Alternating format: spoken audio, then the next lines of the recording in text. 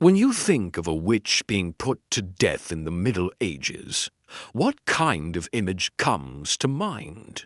Maybe you think of an angry mob dragging an old woman through the streets, a village elder pronouncing a guilty verdict, or a bonfire blazing merrily as its flames slowly consume the condemned. Perhaps you envision a rustic court with a gavel made of wood rather than ivory. In short, when we think of medieval peasants burning witches at the stake, we imagine the Middle Ages. But what if I told you that this iconic picture of history is completely fabricated? Because the massive witch hunts that so terrify our imagination are actually a lie told about the Middle Ages. A falsehood so deeply ingrained that it has overshadowed the true history of a very real and very scary period in our past. If you stick with me all the way to the end of this episode,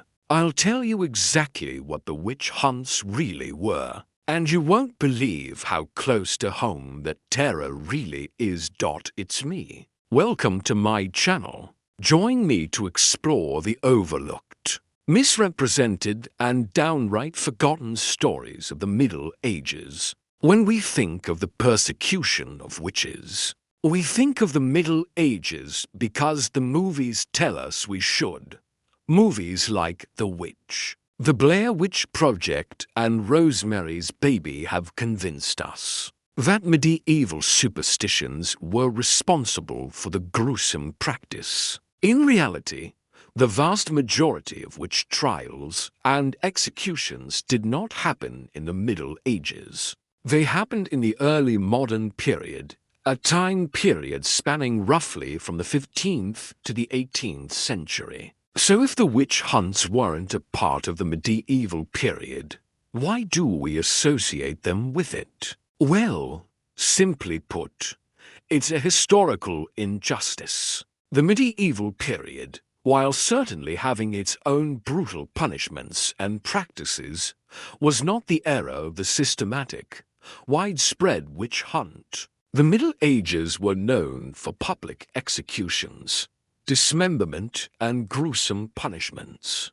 However, these were typically reserved for those who broke the law in major ways, such as committing murder or robbery. A witch hunt, on the other hand, was a very different beast. It was a systematic persecution based on nothing more than the accusation of witchcraft. It was a frenzy of fear and suspicion that tore apart communities and destroyed lives. And it all happened without any real evidence to support the accusations. To be clear, the idea of witches and the fear surrounding them was not a medieval invention. The witch hunt was fueled by a book called the Malleus Maleficarum, or the Hammer of Witches, which was published in 1486, just before the official end of the Middle Ages. To understand why this infamous text sparked such terror, let's delve into the concept of witchcraft itself during this time. The word witchcraft conjures up images of bubbling cauldrons and incantations. But to the minds of those living in the late Middle Ages and early modern period, witchcraft was a dark and dangerous thing. It was seen as a threat to the very fabric of society, an affront to God and a danger to the well-being of the community. In short, the fear of witches was born not from medieval superstition, but from the darkest depths of human paranoia and fear.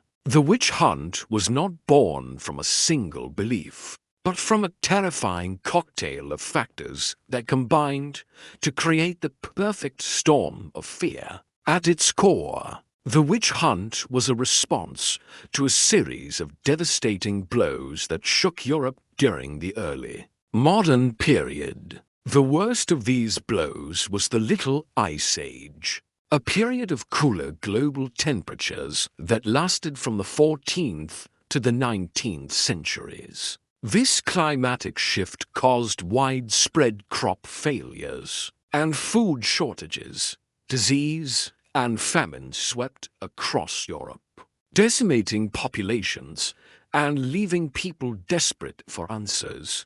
In the face of such suffering, people turned to the supernatural for explanations and scapegoats. Another crucial factor was the height of the religious conflicts between Catholics and Protestants.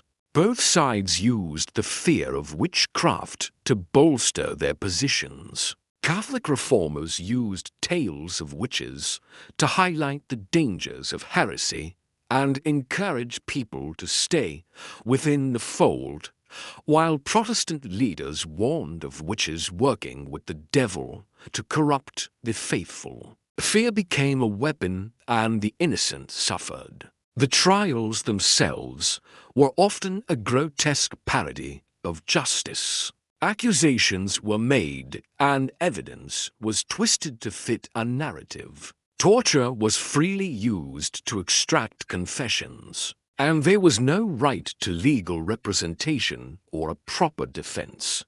The accused were helpless in the face of a determined prosecution, and the stakes were terrifyingly high. But who were the victims of these gruesome trials? What kind of person would be targeted and ultimately sacrificed in the name of justice? It may surprise you to learn that the vast majority of those accused were poor, elderly, and socially marginalized women. The average age of a witch trial victim was over 50. They were often widows or loners who lived on the fringes of society. In a time when life was already difficult, they were easy targets for those looking to blame someone for their misfortunes. But why were they chosen for such a terrible fate? In a moment, I'll reveal the one ingredient that was the key to every witch hunt. But first, remember, this is a time long past. These were people who are no longer here to defend themselves. How could this be anything other than a grave injustice? What does it mean to accuse someone of being a witch? Well, in the eyes of the law, it meant that they could cast spells, bring misfortune upon others, and even make pacts with the devil himself. Accusations of witchcraft were extremely serious and carried with them the potential for unimaginable horrors. If found guilty, the accused could face torture, imprisonment, or even execution. The stakes were incredibly high, and the line between accusation and conviction was blurred by fear and superstition. It's important to note that the belief in witches and the associated fears were not widespread throughout the Middle Ages. This was a relatively recent development in the history of religion. The idea of witches as malevolent beings who practiced dark magic was not a common belief. In fact, it was considered heretical and contrary to the teachings of the Church. Now, don't get me wrong. The Middle Ages believed in plenty of superstitions and folklore regarding magic and sorcery. But the concept of the evil witch as we know it today was a much later invention. What then triggered this surge of fear and paranoia that led to the horrific witch hunts? Well, that's a tale as old as time itself. Seriously, if you've been watching this channel for a while now, you know that this is a recurring theme. People in the past weren't stupid, and they knew perfectly well that their world wasn't controlled by magical people making wishes on stars. But the same cannot be said about times of crisis. When things are bad, whether it's war, plague, famine, drought, whatever, people want answers. And if science doesn't have any, then magic is usually a good second place to look. So we have our catalyst for the witch hunt. Now we need our villain.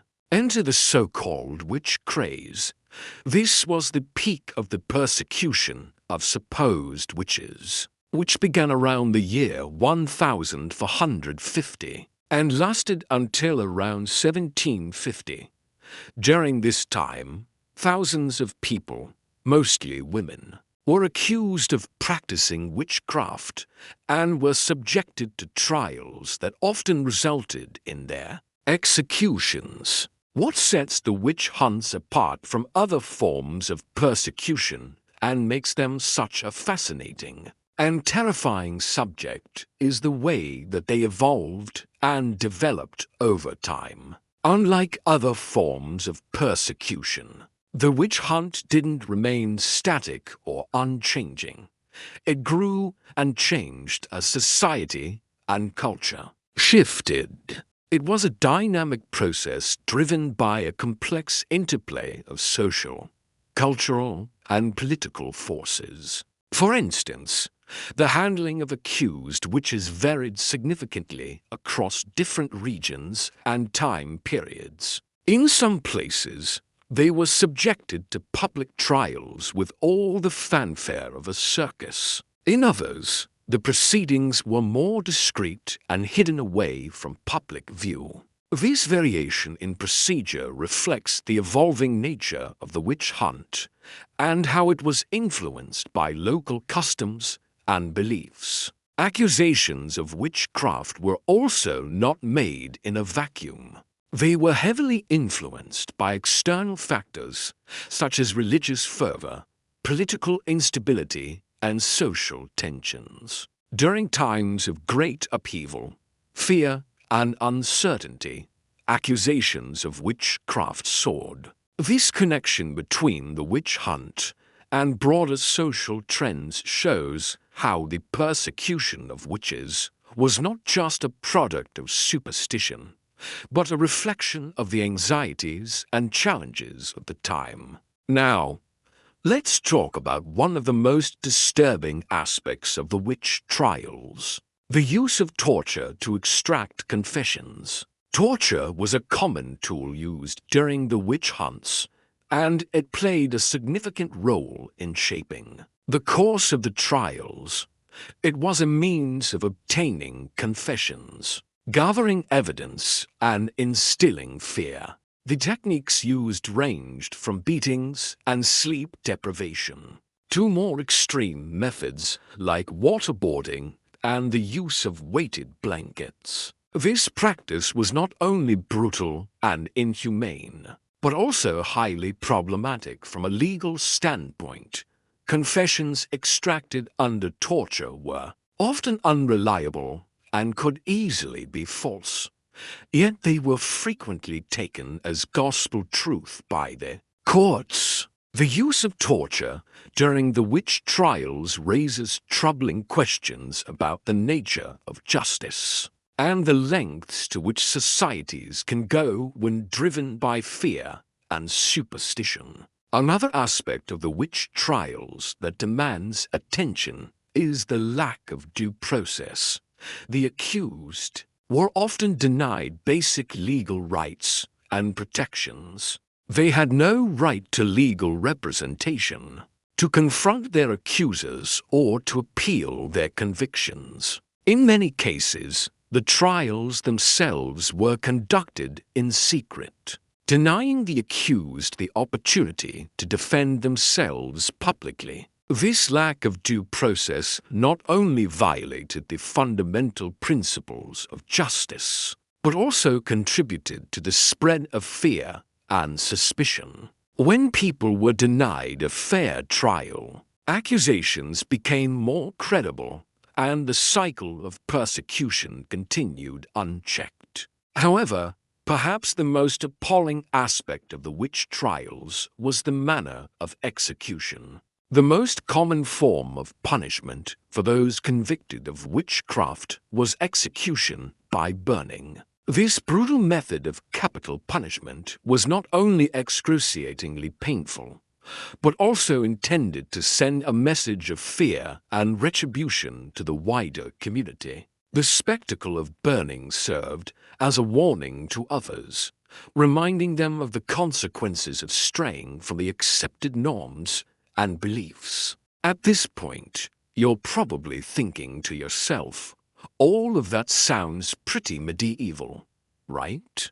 Wrong. The late medieval period saw the beginning of the Renaissance and the questioning of long-held traditions. While superstition still ran rampant, people were beginning to challenge old beliefs and seek out new knowledge. The printing press had just been invented and people were becoming more aware of the world around them. In this climate of change, the witch hunt emerged as a way to cling to the old ways and maintain control. One last thing to consider is that the belief that witches could cast spells and make pacts with the devil was a theological development of the early modern period, not a widespread medieval belief. The Malleus Maleficarum, or Hammer of Witches, which was published in 1486, helped to codify this belief and fueled the witch hunt.